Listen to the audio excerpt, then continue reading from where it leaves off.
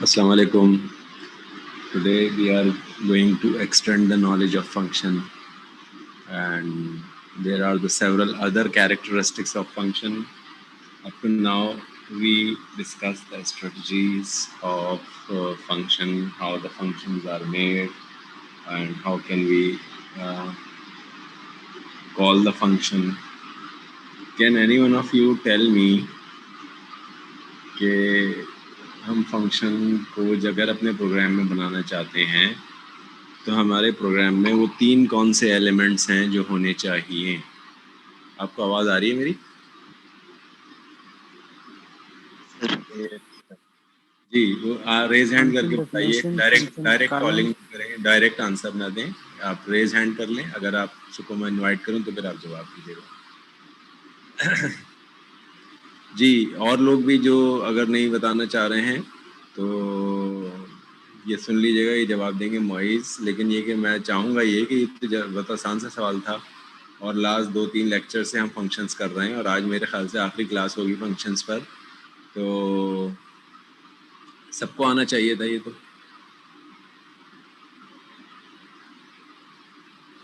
जी, मेहर जवाद। जी जी sir. Mehar, बताइए। Sir prototype of function है, prototype होगा सबसे पहले तो, और फंक्शन डेफिनेशन है एंड देन कॉलिंग है। प्रोटोटाइप, और प्रोटोटाइप के बाद फंक्शन डेफिनेशन। जी, फंक्शन डेफिनेशन और तीसरी चीज़ calling. Function calling calling. Function. ठीक है, वेरी जी गुड। अच्छा, कोई ये बताएगा कि फंक्शन कॉलिंग जो है वो कहाँ होगी और प्रोटोटाइप कहाँ होगा और डेफिनेशन कहाँ होगी, यानी लोकेशन वाइज पूछ रहा हूँ कि प्रोग्राम में किस जगह पर ये चीज़ें होंगी।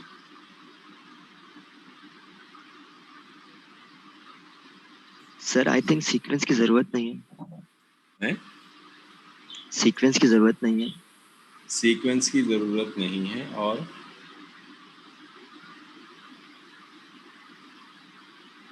और कोई बात बताना चाहते हैं? फंक्शन डेफिनेशन मेन से अलग होता है। फंक्शन डेफिनेशन जो है ये मेन से अलग होगा। खालिद सही कहा है। और कोई बात बताना चाहें? देखें, ये दो चीज़ें जो हैं, प्रोटोटाइप और ये, उमूमन हम इनको बाहर रखते हैं मेन से, ठीक है, लेकिन हम इसको अंदर भी रख सकते हैं।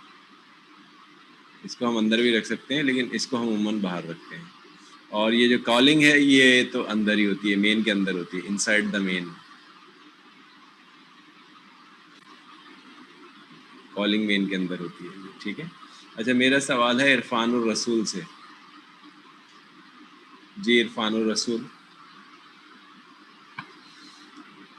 देखो अभी तुम लोग खामोश रहते हो और जब ये मार्क्स आते हैं ना तो तुम लोगों को बड़ी तशवीश होती है कि ये मेरे इतने कम क्यों आ रहे हैं और दूसरे के इतने ज़्यादा क्यों आ रहे हैं। भाई जब पार्टिसिपेशन ही नहीं करोगे तो मार्क्स कहाँ से आएंगे? जी मोहम्मद हसन तनवीर, हसान तनवीर जी। अच्छा ये बताएं कि ये कितनी कितनी बार होंगे? सब एक एक बार होंगे या एक से ज़्यादा टाइम्स भी हो सकते हैं? कौन सी चीज़ें कितनी बार हो सकती हैं? सर कॉलिंग फंक्शन तो एक से ज्यादा बार भी हो सकता है, लेकिन प्रोटोटाइप फंक्शन का नहीं पता सर, सॉरी। ये हो सकती है मोर देन वंस, एक से ज़्यादा दफ़ा हो सकती है, और हो सकता है एक दफ़ा भी ना लगाऊं। हालांकि कोई पर्पज़ नहीं है एक दफ़ा ना लगाने का, लेकिन वार्निंग आएगी कि फंक्शन कॉल नहीं हुआ, लेकिन कोई एरर नहीं है। अगर मैं फंक्शन को डिफाइन भी कर लूँ और प्रोटोटाइप भी लिख लूँ एक प्रोग्राम में, लेकिन मैं कॉल ना करूँ, लेकिन एक से ज़्यादा दफ़ा कॉल कर सकता हूँ, ठीक है ना। तो जैसे आपने मिसाल में दूँ आपको इसकी कि आप एक दफ़ा भी कॉल नहीं कर रहे, जैसे आपने इलेक्ट्रिशियन से मैंने एग्जांपल दी थी, बात कर रखी थी कि भाई जब भी फ़ैन ख़राब होगा मैं तुम्हें कॉल करूँगा, तुम आ जाना। लेकिन फ़ैन ख़राब ही नहीं हुआ। जब ख़राब ही नहीं हुआ तो तुमने उसे कॉल ही नहीं मारी। तो जब कॉल नहीं की तुमने तो वो आया भी नहीं, और उसने तो इसका मतलब है कॉलिंग हम ज़रूरत के वक्त करते हैं। अगर ज़रूरत होगी तो कॉल करेंगे, नहीं होगी तो नहीं करेंगे इसको, ठीक है। तो अच्छा, इसमें जो फॉर्मल आर्गूमेंट और एक्चुअल आर्गूमेंट में क्या फ़र्क है? अभी मैंने लास्ट आंसर किससे पूछा था, वो ज़रा अपना नाम मुझे नोट करा दे। अभी जो जवाब दे रहे थे कौन थे? सर एम हसन, क्या नाम हसन था? तनवीर सर। हाँ, हसन एम तनवीर है। हसन तनवीर। अच्छा हसन तनवीर। जी जी, अगला सवाल मेरा सुन लिया ना आप लोगों ने? क्या था अभी मैंने पूछा? नहीं सर, आपने अगला सवाल नहीं पूछा अभी तक, अच्छा अभी सिर्फ नहीं पूछा। बताया। Sir formal and actual argument. Formal argument और एक्चुअल आर्गुमेंट क्या में क्या फ़र्क होता है, और क्या इनके नाम सेम हो सकते हैं या डिफरेंट भी हो सकते हैं? अच्छा सवाल मैं पूछ रहा हूँ हफ्सा से।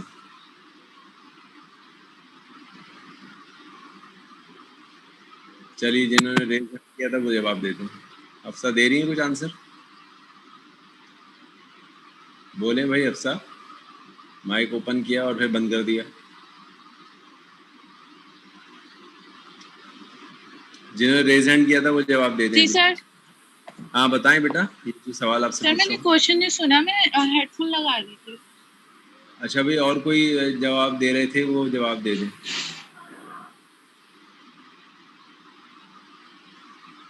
सर एक्चुअल आर्गुमेंट मतलब वैल्यू जो हम फंक्शन को देते हैं। हाँ बेटा ये तो है, लेकिन इनकी तादाद कितनी होती है एक्चुअल और देखें एक्चुअल आर्गुमेंट लिख, हेडिंग लिख लें। एक्चुअल आर्गुमेंट, फॉर्मल आर्गुमेंट, ठीक है। एक्चुअल आर्गुमेंट की तादाद कितनी होनी चाहिए, पहली चीज़ तो आप तादाद बताएं कि इनके नंबर्स कितने होने चाहिए,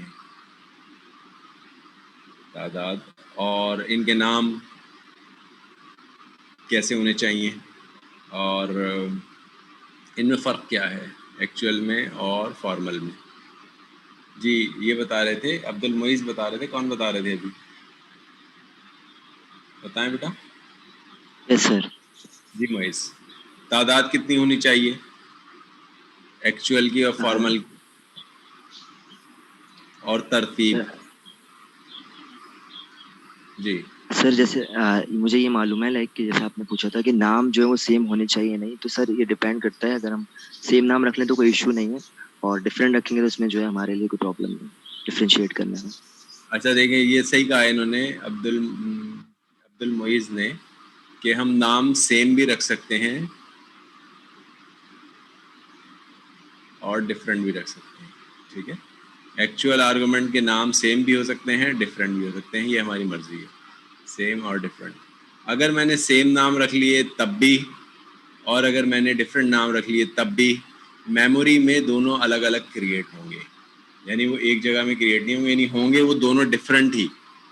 सेम नेम होने के बावजूद भी वो दोनों डिफरेंट लोकेशन पर होंगे। जैसे बिल्कुल ऐसे ही कि जैसे दो स्टूडेंट के नाम क्लास में सेम हैं, तो दोनों क्लास में होंगे डिफरेंट रोल नंबर के साथ या डिफरेंट फादर नेम के साथ, और अगर फादर नेम भी सेम आ रहे हैं तो फिर वो डिफरेंट रोल नंबर के साथ क्लास में होंगे। इसी तरह हमारी मेमोरी में अलग अलग जगहों पे सेम नाम भी हैं अगर, तब भी वो होंगे, लेकिन मेमोरी में अलग अलग जगहों पर होंगे वो, ठीक है। तो अब्दुल मईज़ ने सही आंसर दिया है। दूसरा सवाल अब मुझे तादाद का है कि भाई तादाद कैसी होगी, कितनी होगी। एक्चुअल आर्गुमेंट की तादाद और फॉर्मल आर्गुमेंट की तादाद कितनी होगी, ख्वाजा इब्राहिम?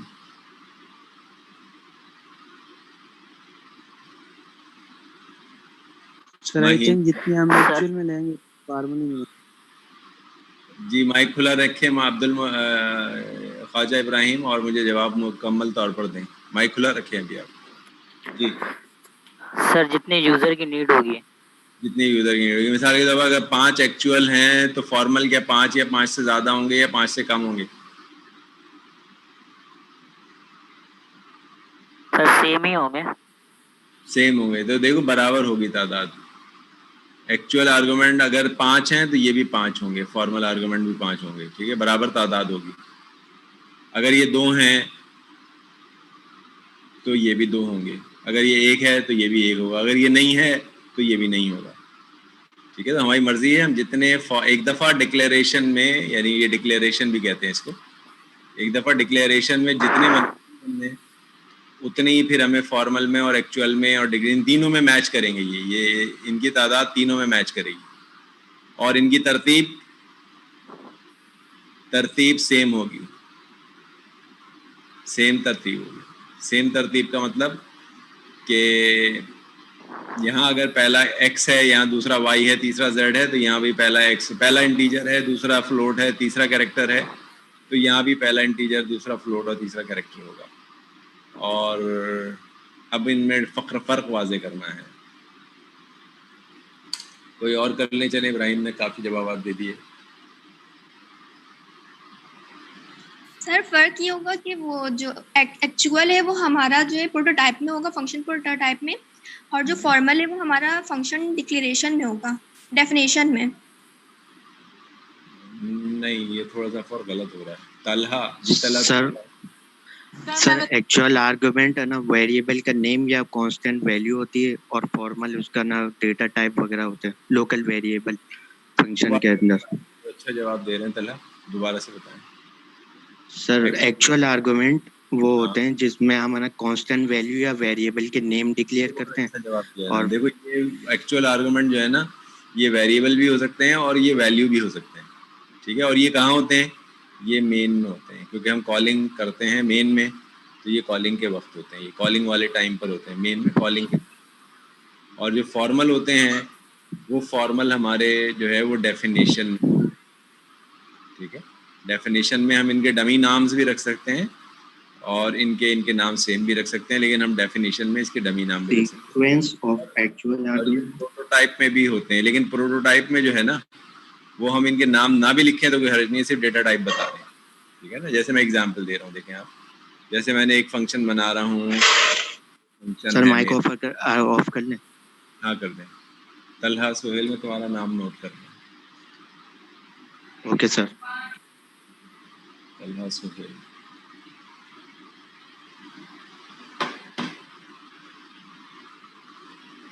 अच्छा जनाब, मैं एग्जांपल दे रहा हूँ, देखें आप कोई फंक्शन बना रहे हैं मिसाल के तौर पर, और वो फंक्शन बना रहे हैं आप, हमने लास्ट टाइम ग्रेड का बनाया था एक, कि हम ग्रेड लेना चाहते हैं। तो हमने 3 अलग अलग फंक्शन बनाए थे, एक में टोटल निकाल रहे थे, एक में हम ग्रेड निकाल रहे थे, और एक में ये। तो लेकिन अगर मैं कोई ऐसा फंक्शन बनाना चाह रहा हूँ, वो फंक्शन का नाम मैंने रख दिया है विंडो। विंडो के नाम से एक फंक्शन बना रहा है। अच्छा, विंडो, जब हम स्क्रीन पर एक विंडो बनाते हैं तो विंडो बनाने के लिए हमें कितने कितने पॉइंट्स चाहिए होते हैं जिससे विंडो बनती है, कोई बताएगा?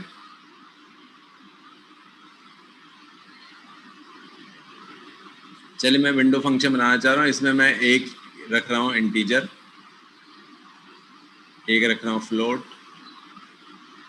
एक रख रहा हूँ कैरेक्टर, और एक से ज़्यादा कैरेक्टर भी रख सकता हूँ। तो 3-4 आर्गुमेंट बनाए मैंने।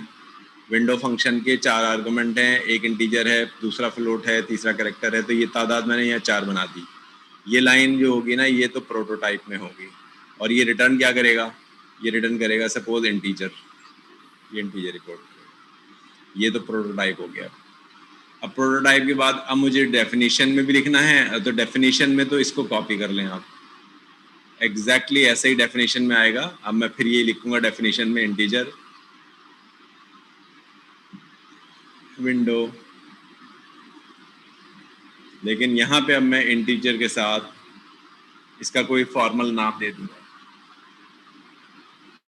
मैंने मिसाल के तौर पर इसका फॉर्मल नाम दे दिया x, फिर मैंने करना है फ्लोट y, कैरेक्टर z, फिर कैरेक्टर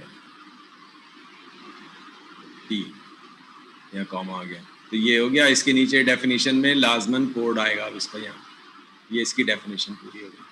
तो आप देख रहे हैं यहाँ इंटीजर, फ्लोट, कैरेक्टर, कैरेक्टर, तो ये मैंने लिखा है ना, तरतीब सेम होगी। तो तरतीब में यही कहा है सेम होगी कि यहाँ पहला इंटीजर है तो यहाँ भी पहला इंटीजर, यहाँ दूसरा फ्लोट है तो यहाँ भी दूसरा फ्लोट है, यहाँ तीसरा कैरेक्टर है तो यहाँ भी तीसरा कैरेक्टर है, यहाँ चौथा कैरेक्टर है, ये भी कैरेक्टर है। तो तरतीब सेम होगी दोनों, ठीक है। और तीसरी चीज़ क्या है, तो नाम। अच्छा, अब मैं आ रहा हूँ कॉलिंग में। तो कॉलिंग में मैं कैसे कॉल करूँगा इसे? विंडो। अब मैं यहाँ इंटीजर और फ्लोट, यहाँ डेटा टाइप्स नहीं लिखते, यहाँ सिर्फ अब हम जो वैल्यूज़ जानी हैं वो लिखते हैं। मिसाल के तौर पर मैंने लिख दिया ABCD, ये भी लिख सकता हूँ। मैं ऐसे भी कॉल कर सकता हूँ विंडो 5 6.6 x z, और मैं ऐसे भी कॉल कर सकता हूँ विंडो ए बी, यानी 2 मैं वेरिएबल रख दूँ 2। तो एक बात तो याद रखिए कि जब हम कॉल करते हैं, कॉल करते वक्त डेटा टाइप नहीं देनी होती, लेकिन ये याद रखिए कि जो ए बी सी डी पास कर रहा हूँ मैं, ये पहला ए जो है इसका इंटीजर होना लाजमी है, और ये जो दूसरा बी है इसका फ्लोट होना लाजमी है। अगर ये ना हुआ तो एरर आ जाएगा। तो डेटा टाइप सेम ही होनी चाहिए इसमें भी, लेकिन डेटा टाइप्स लिखते नहीं हैं कॉलिंग के वक्त। और यहाँ पे हमें इसका कैरेक्टर होना ज़रूरी है, कैरेक्टर, और ज़रूरी नहीं है जेड ही लिखूँ मैं, सी, हाँ मैंने सी से कॉल किया, कैरेक्टर सी, और फिर मैं यहाँ लिख दूँ कैरेक्टर डी। तो ये मैं पहले मेन में, ये मेन में हो रहा है काम सारा, तो मेन में मैं इसे डिक्लेयर करूँ और इस तरह से मैं इसे कॉल कर सकता हूँ, और कई दफ़ा कॉल कर सकता हूँ, वेरिएबल से भी कॉल कर सकता हूँ, कांस्टेंट से भी कॉल कर सकता हूँ। ये अभी एक स्टूडेंट ने जवाब दिया था ना कि कॉलिंग के वक्त एक्चुअल, तो ये एक्चुअल आर्गूमेंट्स ये हैं, A B C D actual argument है, ये सारे एक्चुअल हैं जो यहाँ लिखे हुए हैं, ये सारे फॉर्मल हैं जो यहाँ लिखे हुए हैं, और ये सारे क्या हैं, ये डेफिनेशन में है। लेकिन आप चारों जगहों पे देख रहे हैं कि तरतीब सेम है, पहला इंटीजर, दूसरा फ्लोट, तीसरा कैरेक्टर, चौथा कैरेक्टर, यहाँ पर भी और यहाँ पर भी तादाद सेम है, यहाँ 4 हैं, यहाँ भी 4 हैं, यहाँ भी 4 हैं, ठीक है। तो ये चीज़ें आपको याद रखनी है। अगर आपने ये गलतियाँ की तो लेकिन इनमें मेमोरी में जब ये बनेंगे फंक्शन, तो मेमोरी में 2 अलग एरिया क्रिएट होंगे। एक एरिया क्रिएट होगा वो मेन का एरिया, वो ये मेमोरी के अंदर की चीज़ दिखा रहा हूँ। एक एरिया को वो रिजर्व कर देगा मेन का एरिया, और एक एरिया को वो रिजर्व कर देगा फंक्शन का एरिया। तो फंक्शन का एरिया है विंडो, तो विंडो में तो फॉर्मल आर्गुमेंट बनेंगे, एक्स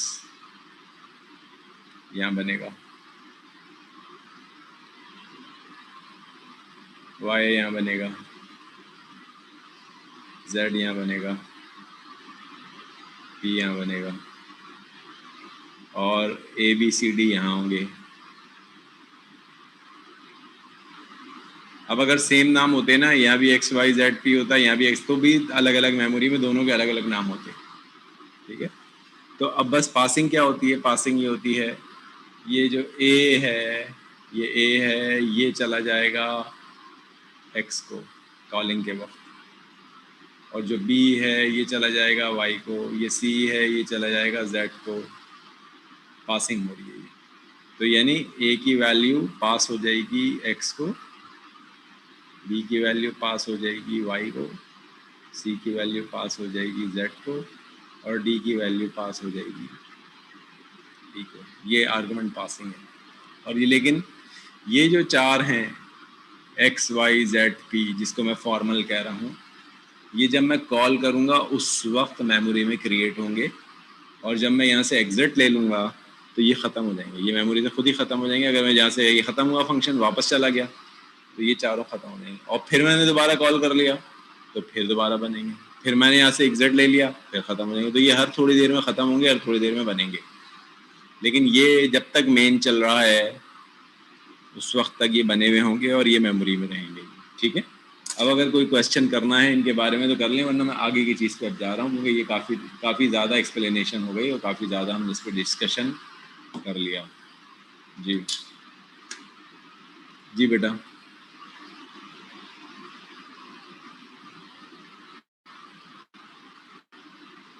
जी यावर अब्बास।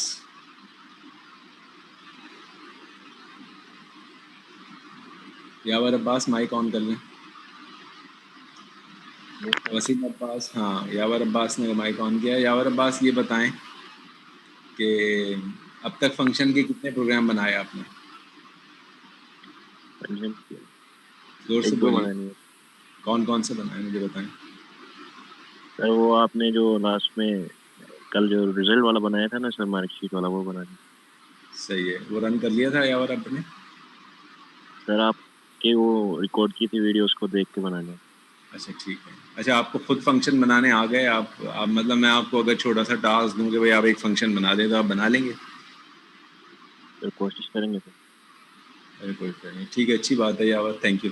रिकर्सिव फंक्शन, और इस पूरी का हेडिंग इस पूरे टॉपिक की है रिकर्शन।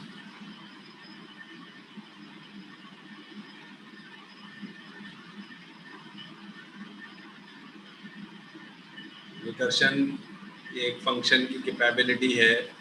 इसकी दो टाइप्स हैं रिकर्शन की। रिकर्शन की मीनिंग क्या है? अ फंक्शन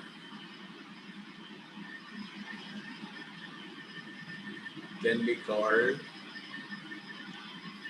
स्क्रीन शेयर नहीं हो रही। अच्छा, आई एम सॉरी।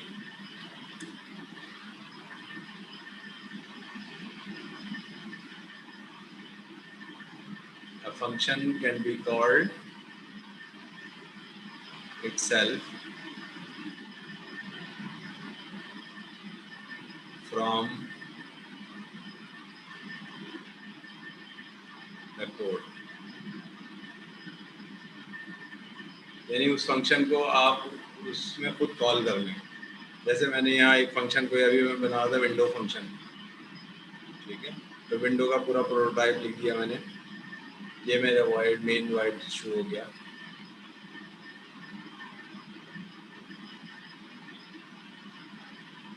और इस वाइड मेन वाइड के अंदर ये मैंने विंडो फंक्शन कॉल किया।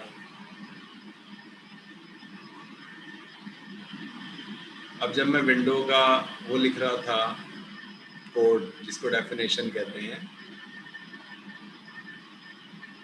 इसमें से मैंने विंडो फंक्शन इसमें ही कॉल कर लिया और ये क्लोज कर दिया। तो आप देख रहे हैं होगा क्या, जब मैं मेन को रन करूंगा, ये सब लाइनें चलने के बाद जब इस जगह पे आएगा तो विंडो फंक्शन कॉल हो जाएगा, यानी कंट्रोल यहाँ से निकल के विंडो में आ जाएगा। अब विंडो में जब ये आ गया, अब ये लाइनें चलेंगी। इसके बाद आप यहाँ आने के बाद देख रहे हैं क्या, विंडो फंक्शन फिर कॉल हो गया खुद ही। फिर ये यूँ आएगा, फिर विंडो फंक्शन कॉल हो जाएगा। फिर जब ये यूँ आएगा यहाँ, तो ये कभी ख़त्म होगा, ये टर्मिनल आएगा इसका कभी। क्या समझ में आ रहा है इसको देखने से?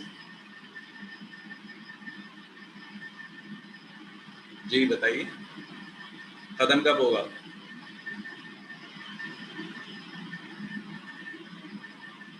तो देखिए, अभी तो हमने इसमें इख्तिताम का कोई वो लगाया ही नहीं है, कोड नहीं लगाया है, क्योंकि अभी हमने इसको डायरेक्ट कॉल कर दिया। विंडो फंक्शन में तो विंडो डायरेक्ट कॉल हो रहा है। लेकिन अगर मैं इसको इफ़ के थ्रू कॉल कर दूं कि अगर कोई कंडीशन ट्रू हो जाए तो विंडो फंक्शन कॉल हो, तो अब ये ख़त्म भी हो जाएगा इसका मतलब। मैं कॉल कर रहा हूँ, लेकिन कंडीशन ट्रू हो जाएगी तो कॉल होगा, कंडीशन फेल हो जाएगी तो नीचे आ जाएगा और ये ख़त्म हो जाएगा। तो इसका मतलब क्या हुआ, रिकर्शन क्या होती है? रिकर्शन ये होती है कि एक फंक्शन अपने आप को खुद कॉल कर ले, जैसे यहाँ हो रहा है। ये इसकी एक शक्ल है। इसकी एक और शक्ल भी है रिकर्शन की, वो ये है कि फंक्शन 1 और फंक्शन 2, दो फंक्शंस हैं। इसका कोड अलग है फंक्शन 1 का, इसका कोड अलग है फंक्शन 2 का।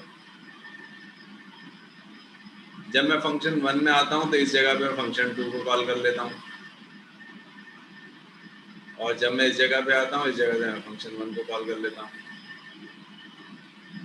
तो अब आप देखें क्या होगा, ये जब चलेगा फंक्शन 1 तो इस पोजीशन पे आके फंक्शन 2 में चला जाएगा, और जब ये चलेगा यहाँ पे आकर, यहाँ से ये फंक्शन 1 को कॉल कर लेगा। ये भी रिकर्शन है। और यहाँ से फिर जब ये आएगा, फिर ये फंक्शन 2 को कॉल कर लेगा, और जब ये फंक्शन 2 कॉल होगा तो ये फंक्शन 1 को कॉल कर लेगा। तो एक फंक्शन दूसरे को कॉल करता है, दूसरा फंक्शन पहले को कॉल कर लेता है। ये भी रिकर्शन है। तो रिकर्शन की दो कैटेगरीज हैं। रिकर्शन, एक फंक्शन अपने ही आप को कॉल कर ले, या एक फंक्शन दूसरे कॉल करे, दूसरे से पहला कॉल हो जाए। ये भी रिकर्शन है। लेकिन दोनों की बगैर अनकंडीशनल अगर मैं इसको करूँगा ना, अनकंडीशनल, तो ये जो अनकंडीशनल है ये तो इनफाइनाइट है। अनकंडीशनल जो है ये तो इनफाइनाइट है, यानी ये तो चलता ही रहेगा ना, ख़त्म कब होगा? होगा ही नहीं। तो इसको हम कंडीशनल बनाएंगे, कंडीशनल बताएंगे और इसमें एक टर्मिनेटिंग क्राइटेरिया बना देंगे, खत्म होने का क्राइटेरिया, टर्मिनेटिंग क्राइटेरिया बना देंगे। तो उससे क्या होगा, जैसे जैसे बढ़ता जाएगा टाइम, हम उस क्राइटेरिया की तरफ पहुंचते जाएंगे और एक ख़ास वक्त के ऊपर जाके हम इस फंक्शन कॉलिंग को ख़त्म कर देंगे। ये जो हो रही है एक फंक्शन से दूसरे में, दूसरे से पहले में, तो ये क्राइटेरिया कॉलिंग का ख़त्म हो जाएगा एक ख़ास टाइम पीरियड का होने के बाद। जी पॉइंट क्लियर हो गया?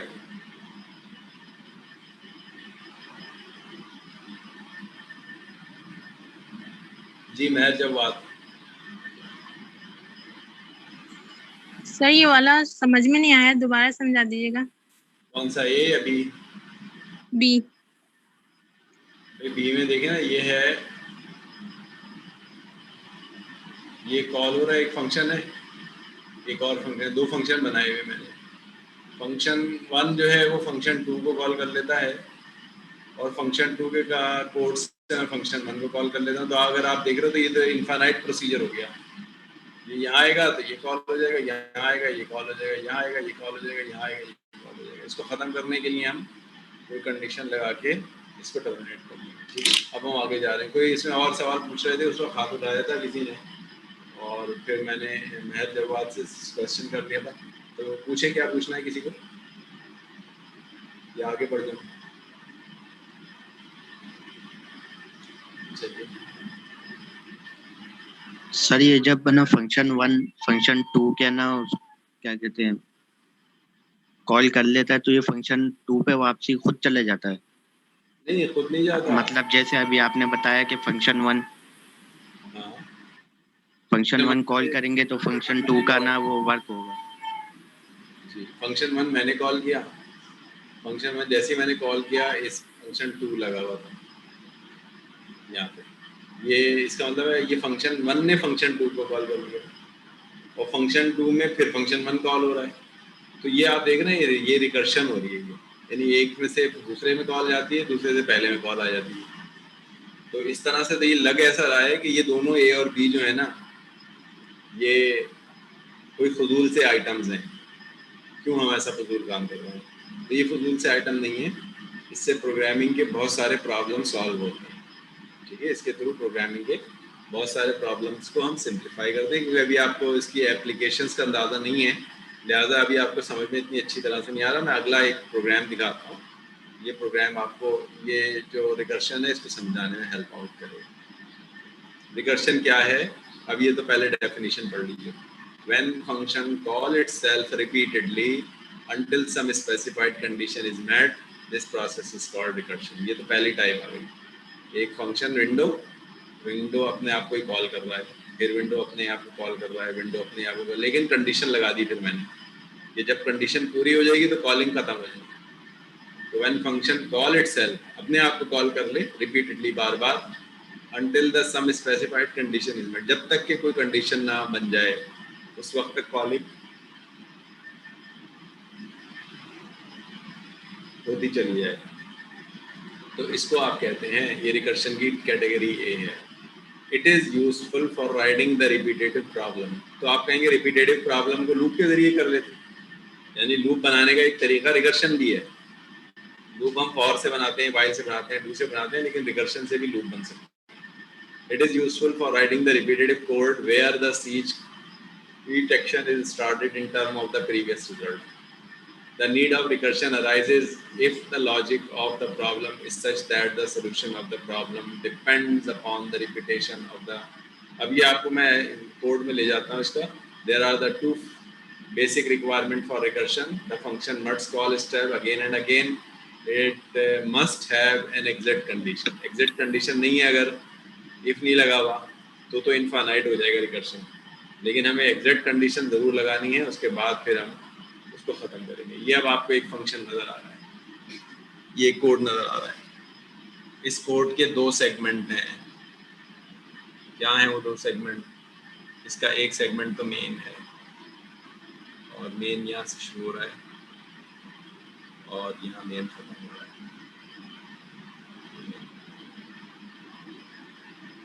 अच्छा, इस मेन के अंदर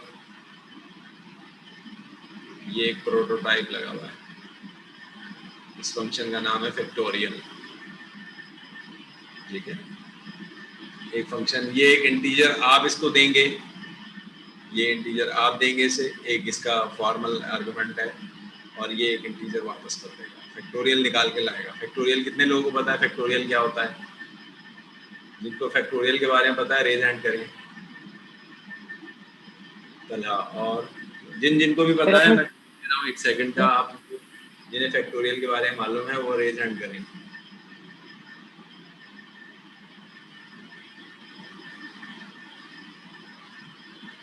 जी शहीर, आप बताइए।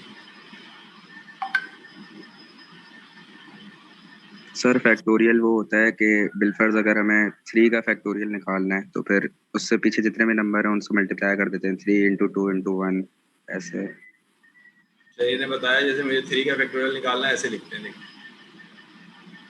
3 2 1 6 आंसर आएगा। 5 का फैक्टोरियल निकालना है, 5 4 3 2, जो भी आंसर आएगा वो आ जाएगा। तो ये अगर मैं कहूँ मिसाल है तो n का फैक्टोरियल निकालना है तो n -1 n -2 और 1 तक सारे प्रोडक्ट आएंगे, जितना भी आंसर आएगा वो आ जाएगा। अच्छा, ये तो शहीर ने आंसर दिया था। एक सवाल मैं पूछना चाहता हूँ,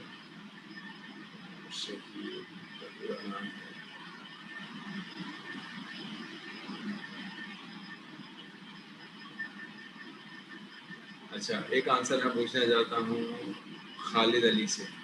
जी खालिद अली। Yes sir. खालिद अली, ये बताओ कि 0 फैक्टोरियल कितना होता है?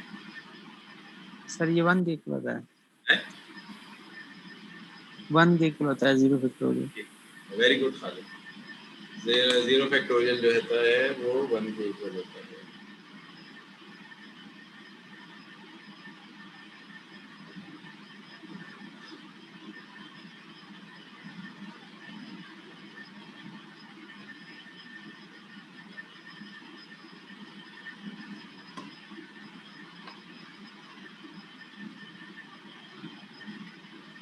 अच्छा, यहाँ से आगे चलें। देखिए एक तो मेन आ गया, ये एक फंक्शन बनाया हमने, ये फैक्टोरियल निकालने के लिए बताया। किसका हैंड डाउन कर लें, है? हैंड्स डाउन कर लें, डाउन कर लें।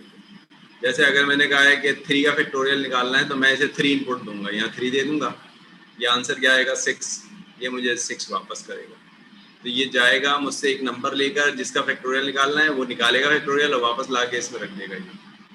अच्छा, अब 2 वेरिएबल, ये लोकल वेरिएबल बनाए मेन के अंदर, फैक्ट और एक्स, और इसके बाद अब हमने यहाँ पूछा एक नंबर कीबोर्ड से, यूज़र से कहा तुम बताओ किसका फैक्टोरियल निकालना है, तो यूज़र एक नंबर देगा।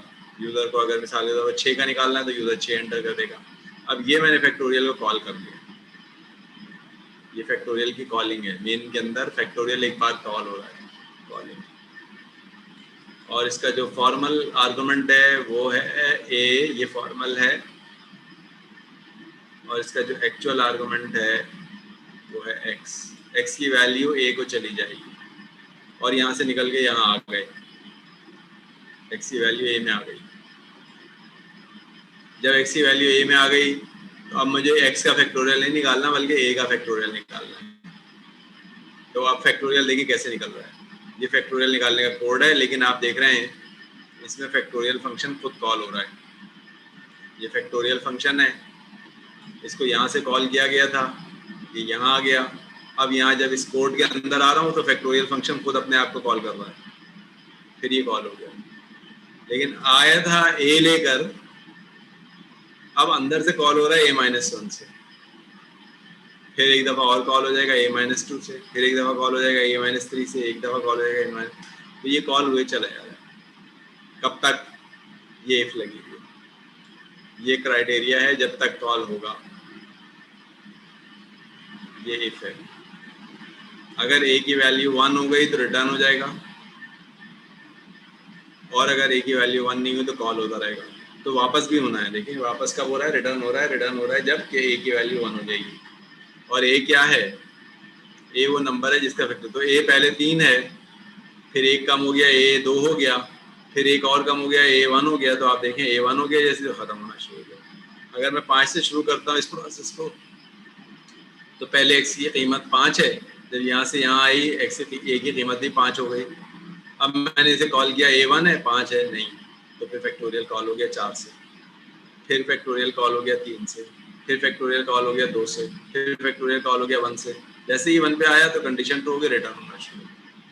तो इसमें रिटर्न है लगा हुआ, कंडीशन के ऊपर रिटर्न हो रही है। अब मैं इसको रन करता हूँ, इसको कहते हैं ड्राई रन। ठीक है, मैं इसको ड्राई रन करता हूँ।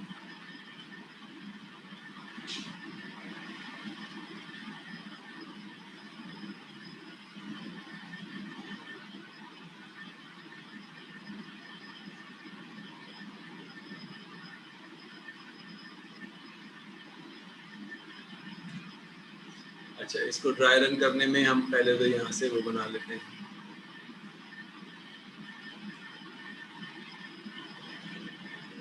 ये मेन है, 2 मेमोरी लोकेशंस बना ली और एक स्क्रीन। ये तो स्क्रीन है जिस पे आउटपुट आएगा। यहाँ तो सी आउट और सी इन के जो कमांड है वो आएंगे। और ये मेमोरी है, रैम है। रैम में जब आप पहली लाइन पे आएंगे, ये एक फैक्टोरियल का फंक्शन डिक्लेयर हुआ है, तो डिक्लेरेशन है इसकी। ये 2 वेरिएबल बने हैं, अभी एक एक्स बना है यहाँ और एक फैक्ट बना है, 2 वेरिएबल बने। और ये जो मेमोरी है, ये मेमोरी है फंक्शन की। फंक्शन का नाम है फैक्टोरियल।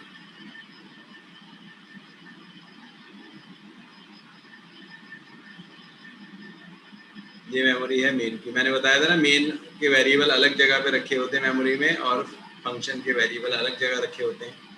तो फंक्शन के कितने वेरिएबल हैं? तो फंक्शन का तो सिर्फ एक ही वेरिएबल है, ये इंटीजर वेरिएबल। इसका नाम क्या है? इसका नाम फंक्शन में a है। यहाँ एक वेरिएबल बन रहा है a, और जब मैं यहाँ आ जाता हूँ तो यहाँ एक और वेरिएबल बन रहा है b।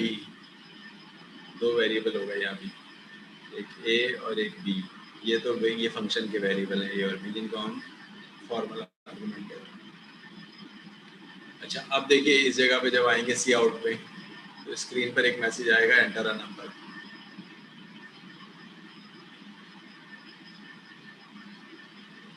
ये नंबर आप कोई सा भी देते हैं, मिसाल के मैं 4 दे रहा हूँ।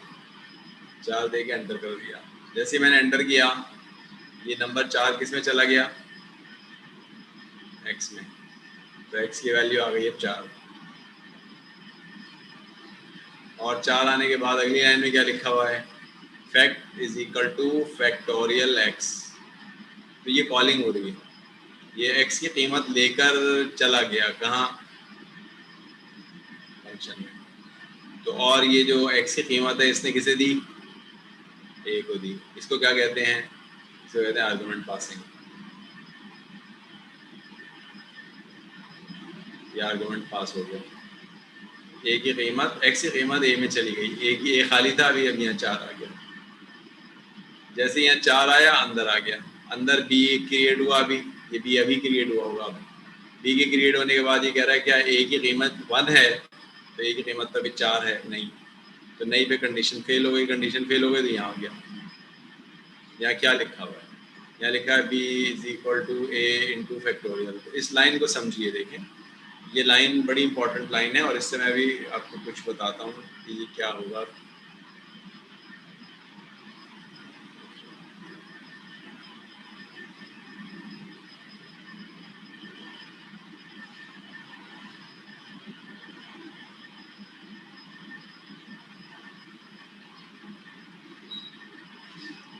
यहाँ जो लिखा था ना a, इस लाइन को लिख रहा हूँ, b इज इक्वल a। अभी a कितना है बताएं? इस वक्त a कितना है? 4 इंटू, अब ये क्या कर रहा है? Factorial a minus 1। ये क्या हो रहा है? लफ्ज फैक्टोरियल अगर कहीं भी लिखोगे तो यहाँ जैसे लफ्ज फैक्टोरियल लिखा था तो क्या किया था इसने? इसने किया था ये फैक्टोरियल में चला गया था। तो फिर मैंने यहाँ पे लफ्ज फैक्टोरियल लिख दिया, तो ये कहाँ चला जाएगा? ये फिर फैक्टोरियल में चला जाएगा। तो फैक्टोरियल में ही खड़े होकर दोबारा फैक्टोरियल में आ जाएगा और लेके क्या जाएगा a-1 तो फैक्टोरियल a-1 का मतलब हो गया 4 - 1 का मतलब हो गया 3 और ये लाइन जो थी ना अभी ये पॉज हो गई, ये लाइन पॉज हो गई, ये एक स्टेज आ गई इसकी ये और मैं दोबारा फैक्टोरियल में आ गया। जब मैं दोबारा फैक्टोरियल में आया तो दोबारा से a क्रिएट हुआ होगा, एक और a क्रिएट हो गया, ठीक है। यहाँ a क्रिएट हो गया, क्या वैल्यू a में आई 3 तो ये 4 यहाँ से रिमूव हो गया और 3 यहाँ आ गया, अलग नहीं बना रहा, उसी में ही कर दे रहा हूँ इसको, ठीक है। उसी में ही अपडेट होगा, नया वेरिएबल नहीं बनेगा, उसी में ही अपडेट होगा। पहले वहाँ 4 था, अब 3 हो गया वहाँ, और 3 होने के बाद फिर अंदर आया और b क्रिएट हुआ और b की वैल्यू जो है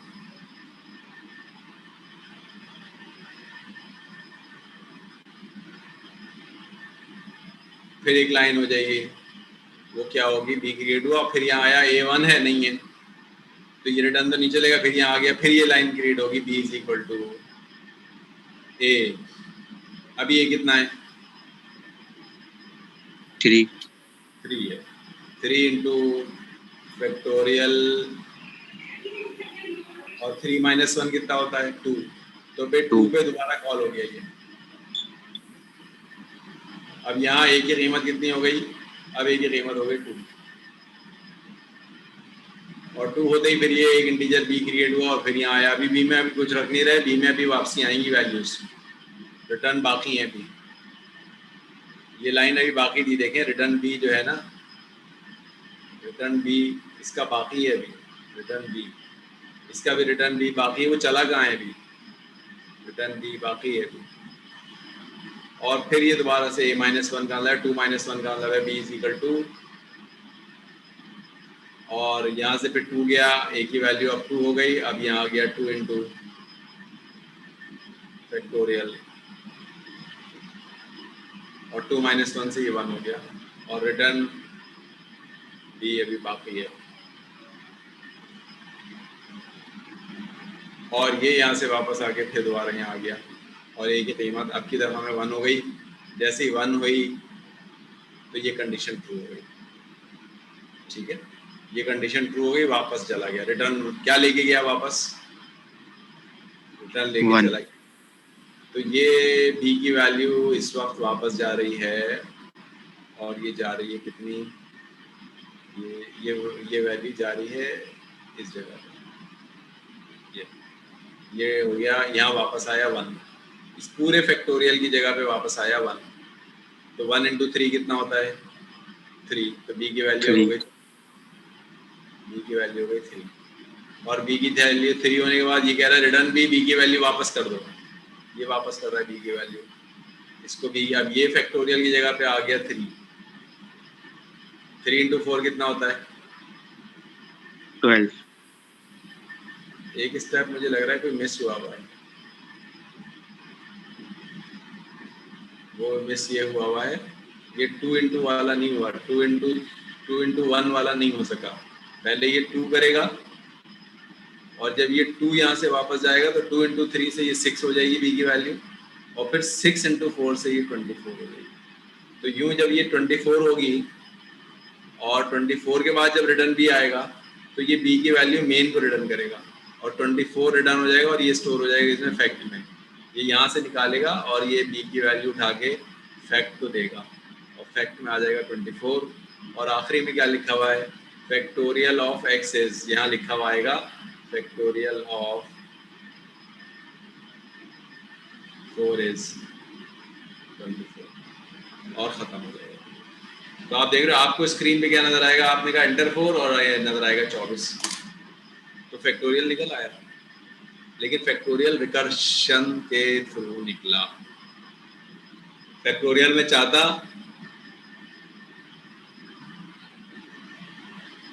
तो मैं डायरेक्ट फॉर लूप से भी लिख सकता था, लेकिन डायरेक्ट फॉर लूप से नहीं लिखा, इस दफ़ा हमने फैक्टोरियल जो है वो बनाया किससे, रिकर्शन। अब कितने लोगों को समझ आ रहा है, कितने लोगों को नहीं समझ में आ रहा है, ये अब आप लोग मुझे बताइए।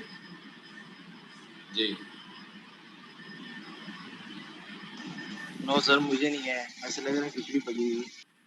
देखिए बहुत टेक्निकल है ये इस सेंस में टेक्निकल है। इसमें हम एक और चीज़ भी सीख रहे हैं, ये मैं सब इरेज कर रहा हूँ। इसकी स्क्रीनशॉट ले लें आप, ताकि ये जिस कंडीशन में है ये तो आपको as it is original condition समझ रहे हैं, फिर मैं मजीद एक्सप्लेनेशन कर देता हूँ। यस सर ले लीजिए।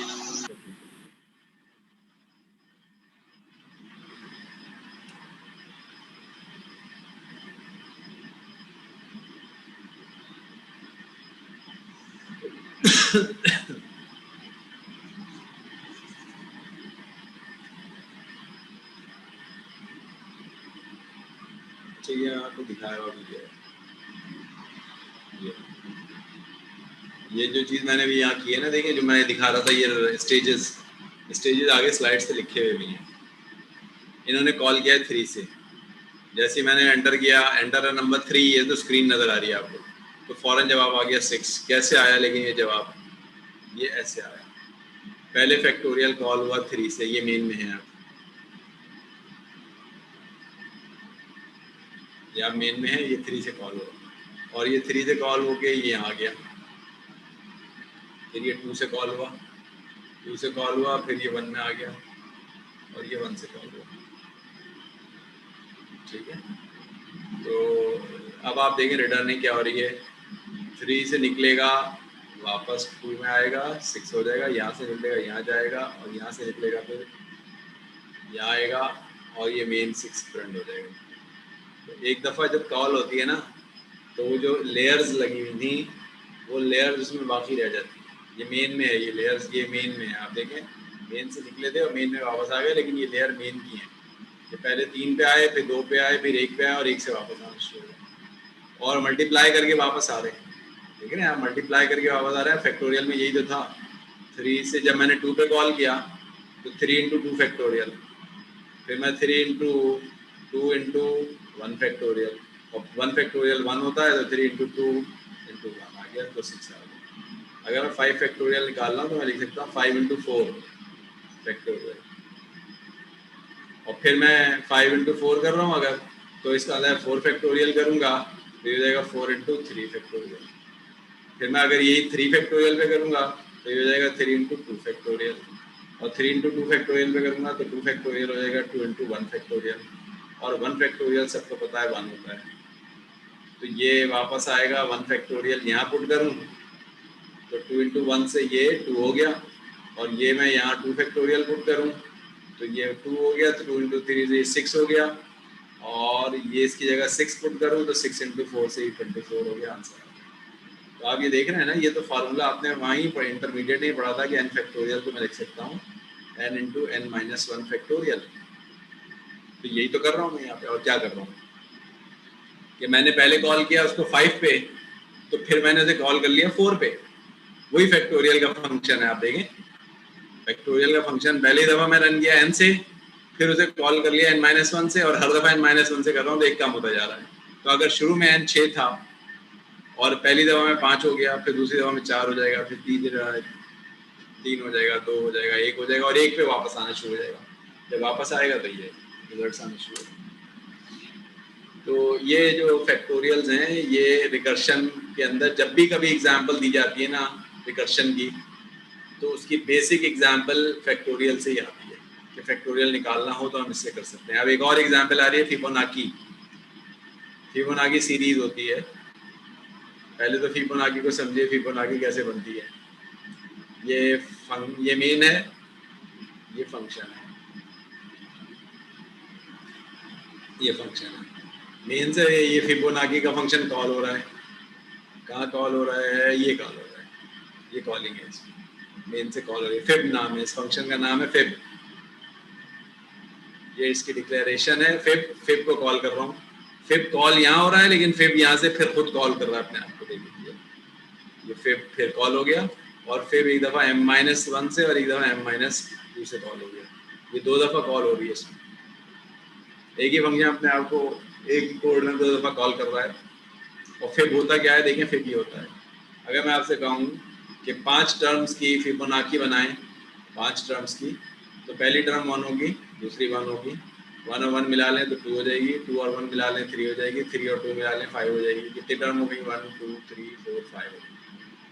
अगर मैं कहूँ आपसे 10 टर्म के लिए बनाएं तो अगली टर्म भी क्या होगी? 5 + 3 8 हो जाएगी, 8 + 5 13 हो जाएगी, 13 + 8 21 हो जाएगी, और 21 + 13 तो 5 54 हो जाएगी। कितने हो गए अभी? 1 2 3 4 5 6 7 8 9, और 54 + 11 कितने हो गए? 21 कितने हो गए? 4 और 1 5 ये हो गए, 5 और 2 7 75 ये हो गए। तो 75 पे खत्म हो जाएगी। ये फिबोनाची है।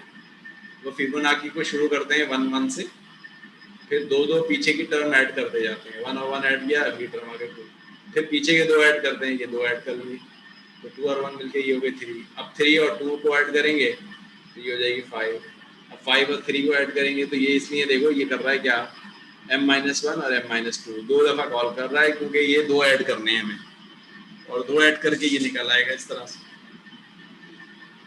तो ये एक फिबोनाची इसमें रिकर्सिव है, ये रिकर्सिव है क्यों? क्योंकि ये फिब के अंदर फिब कॉल हो रहा है। आप देखिए ये रहा, फिब के अंदर फिब कॉल हो रहा है, और ये इसके एडवांटेजेस हैं। It make the code compact which is easier, and it use the structure, it use to the problem repetitive looping का काम भी कर रहा है ये, और compact code recursion simplifies the compilation.